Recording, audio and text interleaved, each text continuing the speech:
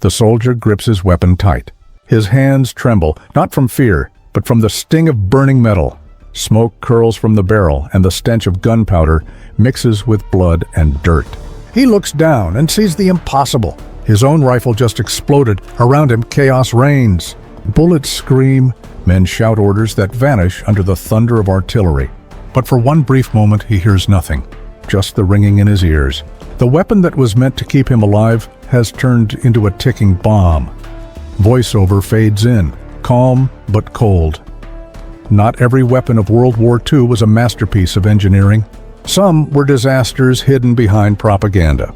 Some killed the very men who trusted them. Quick flashes, factories at midnight, engineers sketching under pressure, soldiers whispering rumors around campfires. A shadowy figure signs off a production order, a gun drops to the ground and fires on its own. The narration sharpens. They were called innovations. They became death traps. These are the weapons that betrayed their own side. The screen fades to black. A gunshot echoes. How did the world's most advanced armies create weapons so deadly? To themselves? World War II was a race, not just for land or victory, but for invention. Every nation fought to build faster, deadlier weapons. Engineers were pushed past exhaustion. Factories ran 24 hours a day. Speed mattered more than safety. Perfection was a luxury no one could afford. Governments demanded results. Produce more, they said. Test later. The result was chaos disguised as progress. Some weapons were rushed from blueprint to battlefield in weeks. Others were patched together with whatever metal or fuel was available. Germany led in experimentation. Hitler wanted wonder weapons that could turn the tide. Jet engines, guided rockets, prototype rifles, all built under impossible timelines. The FG-42 paratrooper rifle, elegant but vicious, had recoil so violent it dislocated shoulders. A design that looked brilliant in theory became uncontrollable in practice. Britain had its own ticking time bomb, the Sten gun. Cheap, easy to mass produce, but unpredictable. Soldiers called it the plumber's nightmare. A single bump could make it fire on its own. Dropped once, it could take out a friend before an enemy. Yet millions were made because it cost less than a pack of cigarettes. Across the ocean, America faced similar problems. The M1 carbine jammed under pressure. Its light build made it fast, but mud or rain could turn it useless. Still, it was shipped in the thousands. Commanders believed numbers would win wars, not precision. Japan, trapped in dwindling resources, built desperation weapons. The Type 94 pistol was the worst. It could fire when the user simply touched its exposed firing pin. Soldiers joked bitterly that it was safer to aim it backward. These weren't isolated failures. They were symptoms of a system breaking under pressure. Propaganda hid the flaws. Posters promised reliability. Commanders told troops to trust their gear. But in the field, men whispered another truth. Some of their weapons hated them. Behind every failure was a decision to ignore a test, skip a fix, silence a complaint. Armies called it efficiency. Soldiers called it betrayal. The race to outgun the enemy blinded everyone to a darker reality. Sometimes the real danger wasn't across the battlefield. It was in your hands. Governments knew. They just didn't want anyone else to. Reports came in from every front. Soldiers losing fingers, faces, lives, not to enemy fire, but to their own gear. Commanders filed the incidents under accidents. Factories denied everything. The message was clear: silence keeps morale high. In London, a memo circulated quietly through the Ministry of Supply. It warned that the Sten's open bolt design made it inherently unsafe. Yet production never stopped. Millions more rolled out. Britain couldn't afford to pause, not when the Nazis were at their doorstep. The truth was buried under slogans about efficiency and courage. In Germany, engineers pleaded for time to test new weapons. They were ignored. The Reich's propaganda machine promised flawless innovation.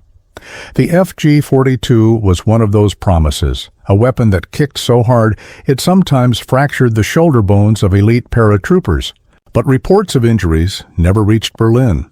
They were rewritten, softened, or destroyed.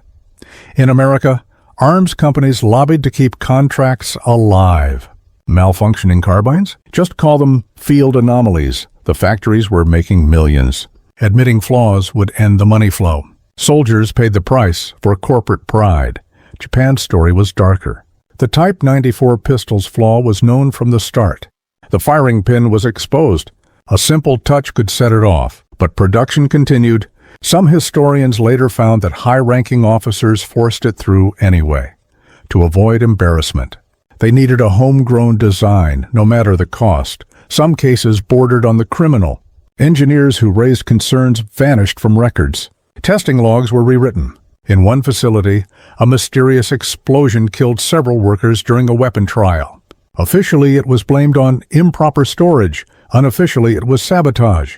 A rumor whispered among surviving engineers said someone had tried to destroy evidence before investigators arrived. A U.S. officer stationed in Italy later described it bluntly. "Our gun failed more soldiers than the Germans did." His letter never made it past the censors. The pattern was global. Cover the cracks, blame the soldier, move on. It wasn't just negligence. It was conspiracy by convenience. Leaders feared panic. Companies feared loss. So they lied. The same lies echoed through every barracks. Your weapon is reliable. Soldiers nodded because doubt could get you court-martialed. But when the gun in your hand can kill you, what's left to believe in? The truth was never meant to be found. But decades later, it would be, hidden inside archives, sealed under classified, waiting for the day someone would finally ask the question, how many of these so-called miracles of war were really mechanical suicide? It began in a quiet archive in London. A historian digging through forgotten war documents stumbled on a report labeled Confidential Field Malfunctions. Inside were first-hand accounts. Soldiers describing guns that fired when dropped, exploded when overheated, or jammed when rain hit metal. The handwriting was frantic. One note simply read, "Weapon turned on user, fatal." From there, the pattern unfolded. Across nations, the same warnings appeared in different languages. Germany, Britain, Japan, the United States, all had weapons that betrayed their own troops. Each story revealed not just mechanical flaws, but human arrogance. The British Sten II became the symbol of deadly simplicity. It was cheap, yes. Reliable? No. A soldier could bump it against a trench wall and trigger a round without touching the trigger. During the invasion of Normandy, several soldiers died before they even reached the beach. One veteran later admitted, "I feared my Sten more than the enemy ahead." The German FG-42 was another marvel-turned-nightmare. It looked futuristic, a paratrooper rifle designed for elite troops. Lightweight, automatic, precise. But when fired, its recoil was vicious. It ripped through targets, but it also ripped through the shooter's shoulder. Soldiers tried to brace, to adapt, to master it. Many failed. The rifle's brilliance became its curse. It proved that even genius can be deadly when rushed. Then came Japan's Type 94 pistol, the most infamous of all. Designed for officers, it became known among troops as the suicide pistol. Its exposed sear meant that a light press on the side of the gun could discharge a bullet. Stories spread of soldiers cleaning their pistols and dying instantly. The flaw was so obvious that Japanese engineers reportedly begged to halt production. They were denied. National pride outweighed common sense. Each weapon told the same story in a different language. Rushed production. Ignored warnings. Lives traded for deadlines. In one American report from 1943, an officer described a fatal M1 carbine malfunction. The rifle fired backward due to a chamber pressure failure, killing its user instantly. The investigation was closed in 2 days. Official reason? Improper handling. But buried in the same file was a note from the armory, multiple similar cases under review. None were ever published. These weren't isolated accidents. They were connected by a mindset, a belief that losing time was worse than losing men. As the historian pieced together the evidence, a disturbing truth emerged. The failures were not random. They were predictable. They followed patterns of pressure, profit, and pride. Every country in the war had chosen speed over safety. In Germany, engineers called it Kriegsnotlösung, wartime improvisation. In Britain, it was urgent efficiency. In the U.S., expedited production. In Japan, duty to the emperor. Different words. Same outcome. The deeper the historian dug, the more it felt like unearthing a crime scene. Blueprints with red markings where flaws were noted and ignored. Factory memos marked destroy after reading. Photos of shattered weapons. Classified as enemy action. One photograph stood out. A pile of broken Steen guns recovered from a single day's battle in 1944. More than half had misfired. When these archives were finally declassified decades later, veterans came forward. Their stories matched perfectly. Guns that jammed mid-fight. Pistols that went off in their holsters. Rifles that exploded from within. Each testimony stripped away the myth of wartime perfection. What remained was a picture of desperation and denial. Innovation, it turned out, had a body count. Experts began to connect the dots. These failures weren't just mechanical, they were psychological. Dr. Elise Warren, a military historian, called it the blindness of desperation. She explained that every major power in WWII suffered from the same illusion, believing innovation could outrun reality. The faster they produced, the more mistakes they buried. They didn't build weapons, she said. They built confidence. The kind that kills. Engineers faced impossible choices. In Germany, designers were ordered to meet quotas at gunpoint. In Britain, factory workers were told not to report defects that slowed output. In Japan, engineers wrote hidden messages inside blueprints, warning of danger. Some were erased before reaching command. The psychology behind it was brutal. Fear of failure meant fear of punishment. So everyone played their part in silence. Soldiers didn't complain. Officers didn't report.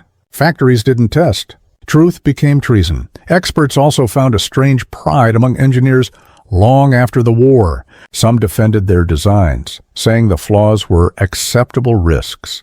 Others broke down when asked about the casualties.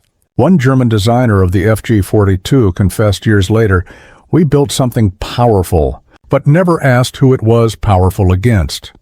Modern military analysts see the same pattern in wartime production today. Speed over testing, image over truth. The WWII experience was the first major warning, but no one listened. The psychology of the soldier was worse. Survivors who used these weapons often developed distrust toward every piece of gear afterward. One British veteran said, "I cleaned my gun like I was defusing a bomb. Every time." That kind of fear doesn't vanish. It lingers for decades. Dr. Warren's report concluded with one haunting line. These weapons did not malfunction. The people behind them did. It wasn't about one faulty gun. It was about a mindset that accepted risk because the victims were replaceable. For governments, it was numbers. For soldiers, it was names. And in the end, that's what made these weapons so tragic. They weren't cursed. They were the logical outcome of a world where progress mattered more than people. History loves to paint World War II as the golden age of engineering, the era of precision, innovation, and brilliance under fire. But when you peel back the layers, the picture changes. It wasn't perfection that won the war. It was pressure. Mistakes hidden behind medals. The myth says soldiers trusted their tools. The truth says they feared them. The myth says nations built unstoppable machines. The truth says they built them faster than they could test them. Factories ran on caffeine, fear, and propaganda. Posters showed clean machines and smiling soldiers. Reality was oil leaks, jammed triggers, and last breaths whispered in mud. The miracle weapons of the war were often miracles only on paper. The Sten, the FG-42, the Type 94, they all remind us that victory often hides failure. Each weapon became a silent contradiction, proof that progress and danger can share the same barrel. The myth of technological glory falls apart under inspection. The war's greatest inventions didn't just kill enemies. They erased the line between genius and recklessness. In the end, these guns were more than flawed designs.